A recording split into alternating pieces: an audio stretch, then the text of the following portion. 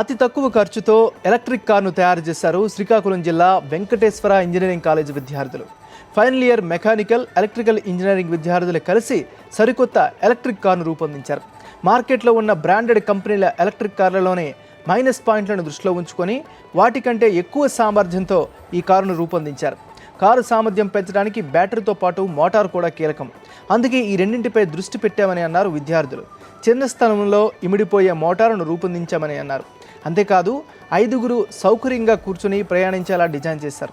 తమను ఇంకాస్త ప్రోత్సహిస్తే ఈ కారును పారిశ్రామిక ఉత్పత్తికి ఉపయోగపడేలా తీర్చిదిద్దుతామని అంటున్నారు.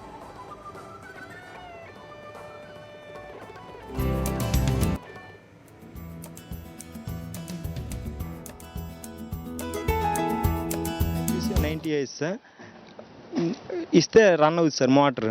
అప్పుడు మాకు total weight 1200 kgs sir. Total ఎంత లోడ్ ఇచ్చినా మాకు మోటార్ ఒకే స్పీడ్లో తిరిగిస్తుంది సార్.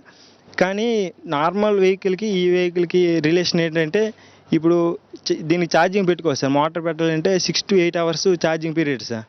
ఈ ఛార్జింగ్ పీరియడ్లో మనకి 160 to 180 kilometers రన్ చేసుకోవచ్చు సార్.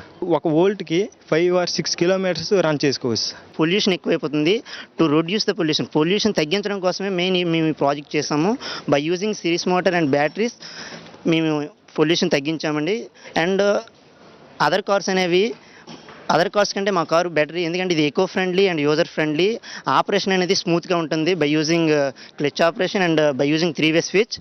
అండ్ ఇది 1.5 సార్, 1.5 lakhs. అదర్ కార్స్తో పోల్చుకుంటే ఇది కొంచెం తక్కువ సార్. ఏం చేద్దాం అంటే వాళ్ళు ఎలక్ట్రికల్ మిషన్స్ ఫేవరెట్ సబ్జెక్ట్గా తీసుకొని వాళ్ళు ఎలక్ట్రికల్ కార్ ఒకటి చేద్దాం సార్ అన్నారు. సో దానికి సరిపడేటువంటి ఎక్విప్మెంట్ ఎలా ఉంటుంది ఏంటి సంగతి అనేసి అంతా కొంచెం మేము గ్యాదర్ చేసుకొని కొంచెం ఆలోచించాం.